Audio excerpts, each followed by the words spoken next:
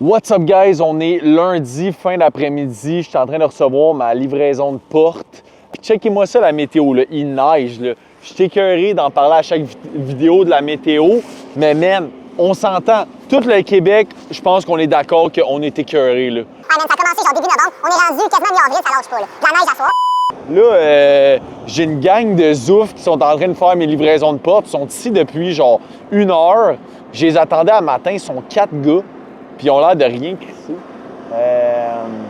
Ça devrait finir par finir, là. Je vais aller vous montrer ça. Salut les boys. Ça finit-tu, ça? Non, on vient de commencer. Bon, fait que livraison des portes ici, ça, honnêtement, je l'attendais depuis longtemps. Puis comme vous pouvez voir en haut de moi, j'ai des balcons qui ont été installés. Fait qu'on a fait la première partie aujourd'hui avec nos beams de bois. Ça, petit détail que je voulais vous montrer. Les beams de bois ici, évidemment, sont peinturés avant, puis on les installe sur une petite plaque de métal ici. Ça, c'est juste pour faire un petit gap avec le béton pour pas que vu que je le fais en vrai bois, pour pas que ça baigne là, dans l'eau. Fait que c'est juste, ça crée un petit gap de 1/2 pouce qui fait en sorte qu'on est plus à l'abri de l'eau. Ensuite de ça, ben c'est du bois, c'est du BC Fir. C'est comme un bon bois résistant à ça.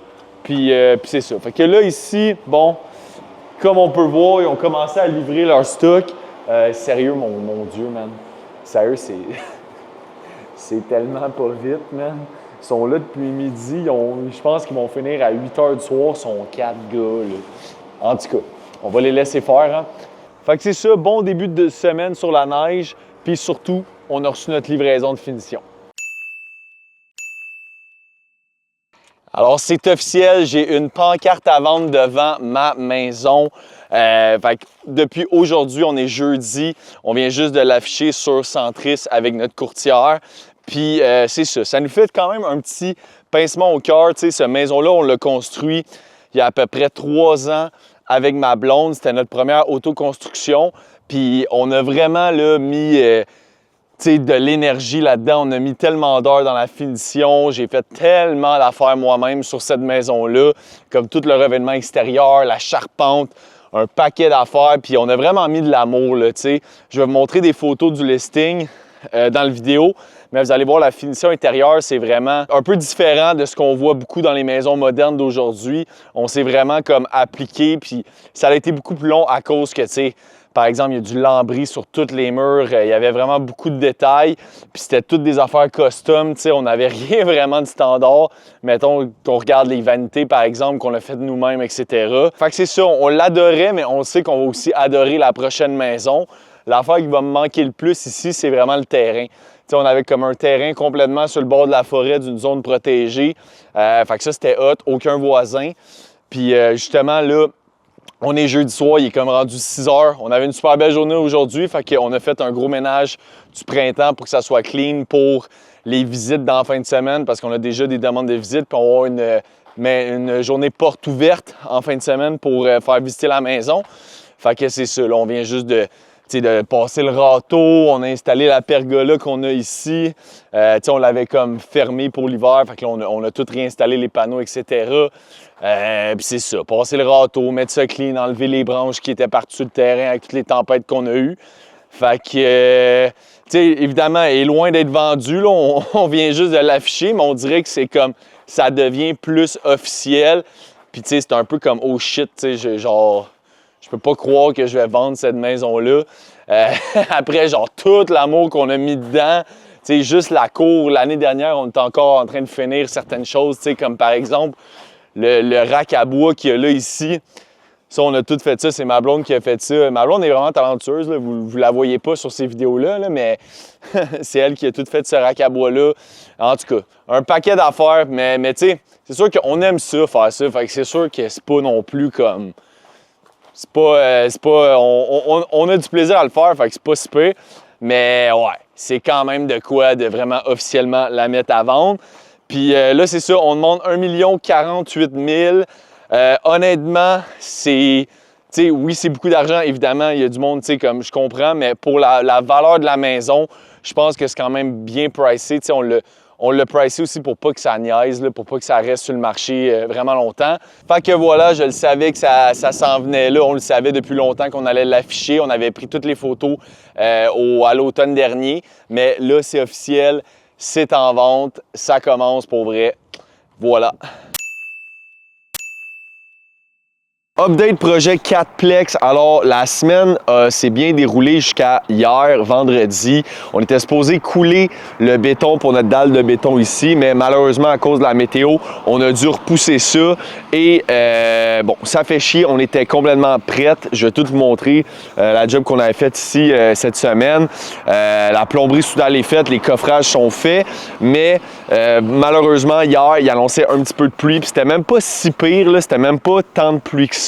On aurait peut-être pu couler, mais je voulais pas le risquer parce que, tu sais, quand tu coules une dalle de béton comme ça à ciel ouvert, là, tu sais, t'as nulle part où te cacher, là. S'il commence à pleuvoir beaucoup, tu peux scraper ta dalle. Puis je pense que c'est plus important de faire une bonne qualité de job que de respecter un échéancier à la lettre. Fait que vraiment pas idéal, mais on a été obligé de repousser la coulée. Puis là, avec la météo la semaine prochaine, écoutez, c'est l'enfer, là. On a remis ça à jeudi prochain. Fait qu'on perd carrément une semaine. Mais c'est ça, là. C'est important que notre dalle soit bien faite. Pourquoi?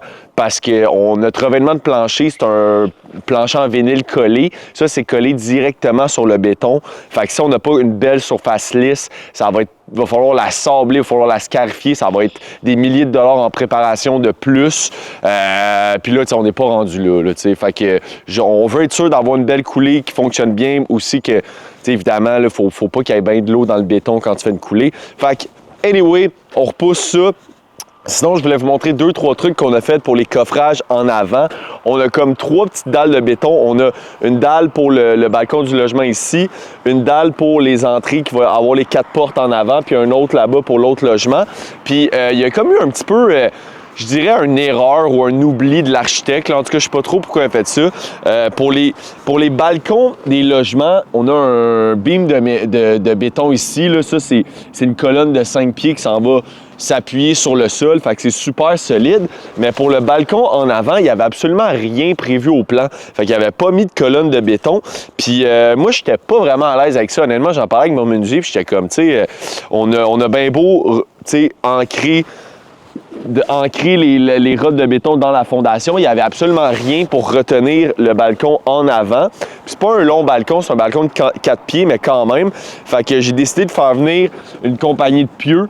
Puis on a fait venir 4 vis de 7 pieds, 3 vis de 7 pieds, une là, une dans le milieu, puis une à l'autre coin, pour vraiment venir supporter l'avant du balcon.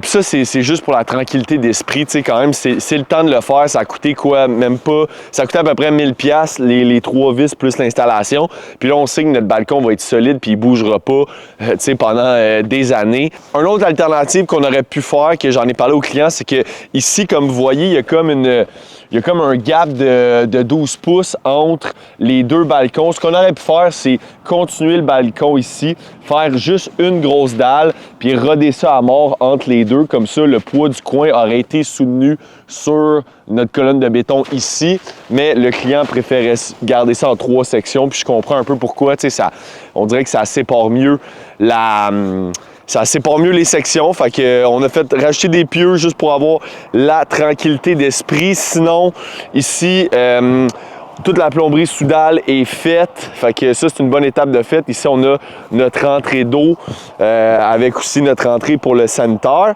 Fait que tout est là. Puis la seule chose qui reste ici, on a aussi notre isolant, comme vous voyez, là.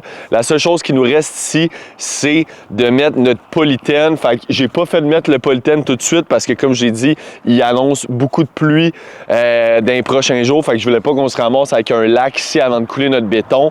Fait que, écoute, le polythène, il est là, il est prêt, puis on va l'installer juste avant la coulée du béton, tu sais, la veille peut-être. Là, c'est une job d'à peu près 1 heure, 2 heures, gros max. Fait qu'on va avoir le temps de faire ça rapidement quand on va être prêt à couler.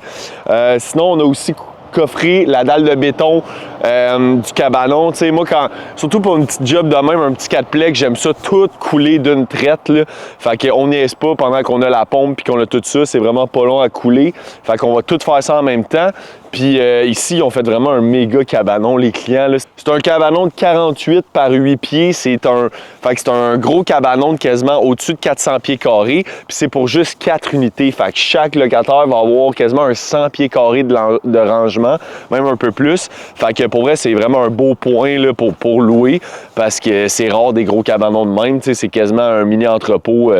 Si on veut, là. Fait que voilà, la dalle est coffrée aussi. Puis on attend juste qu'il fasse beau pour pouvoir couler tout ça. Sinon, aussi, bon, ici, comme vous savez, c'est pour un client que je le fais. On vient juste d'envoyer notre première facture d'avancement pour le mois de mars. Puis je voulais vous montrer un petit peu comment on fonctionne chez Construction Grade 5 pour ça. Vous allez voir comment on est bien organisé.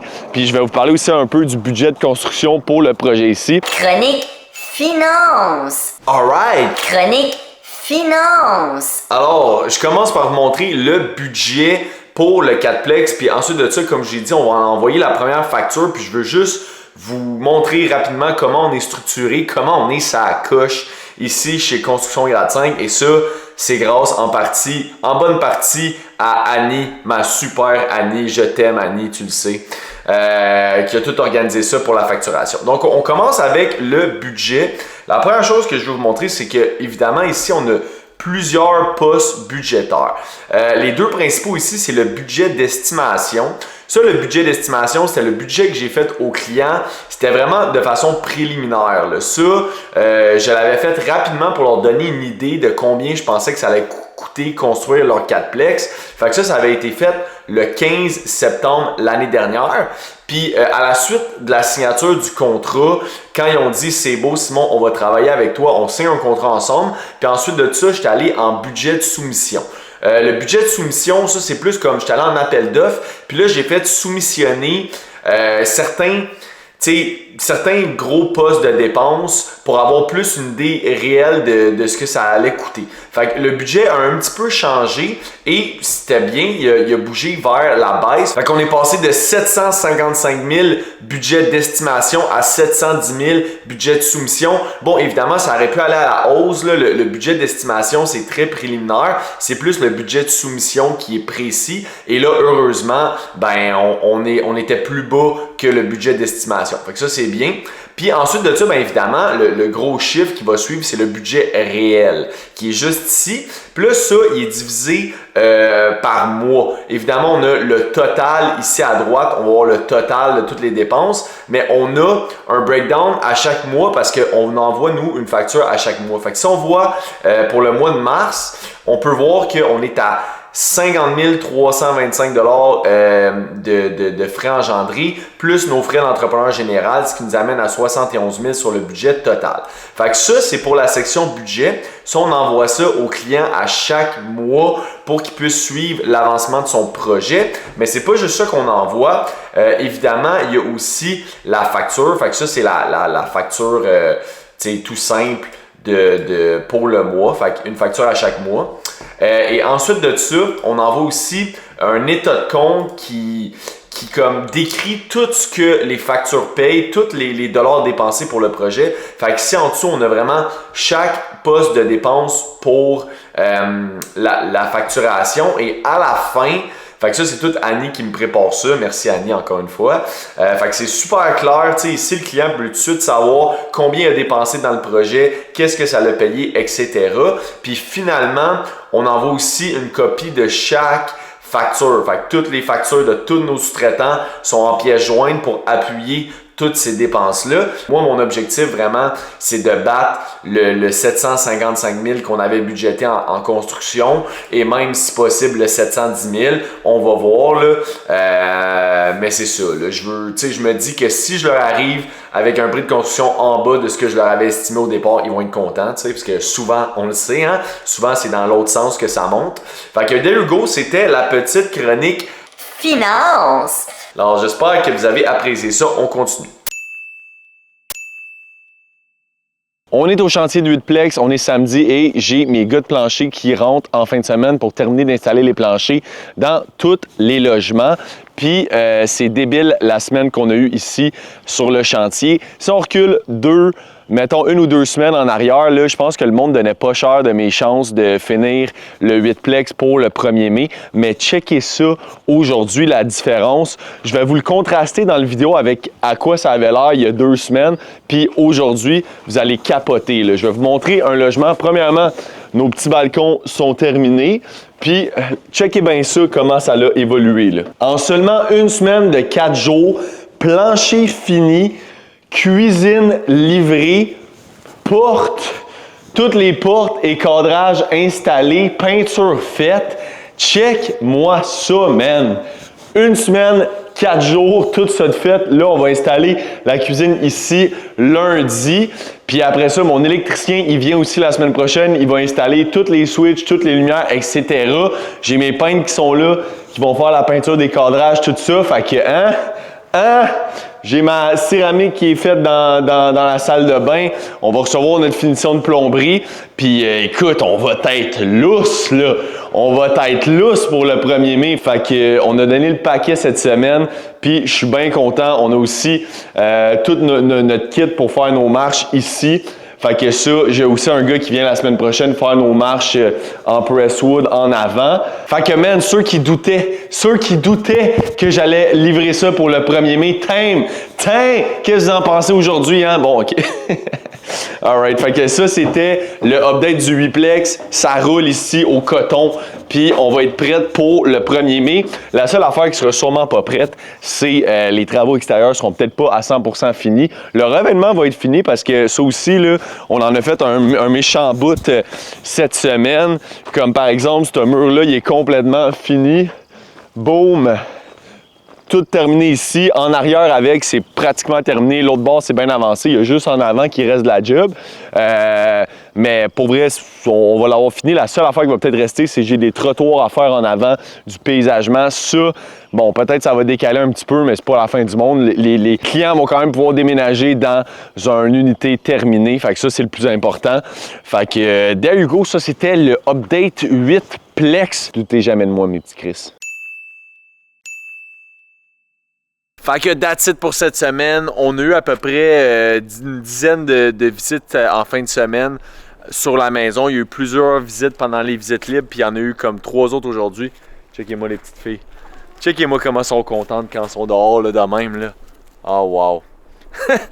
Fait que ouais, on a eu une dizaine de visites, puis à date pas d'offres, mais vraiment beaucoup de monde avec bien de l'intérêt. Fait que je vous tiens au courant là-dessus. Sinon, je voulais vous dire aussi, j'ai sorti une entrevue que j'ai faite avec un entrepreneur là, en construction d'expérience, Eric, mon chum Eric. Puis on parle du marché immobilier présentement, puis des différents facteurs là, qui influencent l'immobilier au Québec, la construction neuve, etc.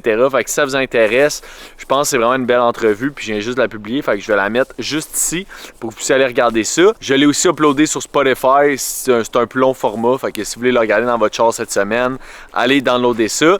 Fait que sinon, that's it, on se dit à la fin de semaine prochaine, puis oubliez pas d'encourager les poules, hein les poules? Ok, checkez bien comment faut que je fasse pour ramener les poules dans leur enclos quand elles sont là. Faut que je parte à courir. Plus ils savent que ça veut dire oh shit, je vais leur donner de la bouffe. Fait que checkez ça, checkez ça. Les poules! Les poules! Les poules! Oh! Oh! Ah. Ok, on se voit la semaine prochaine.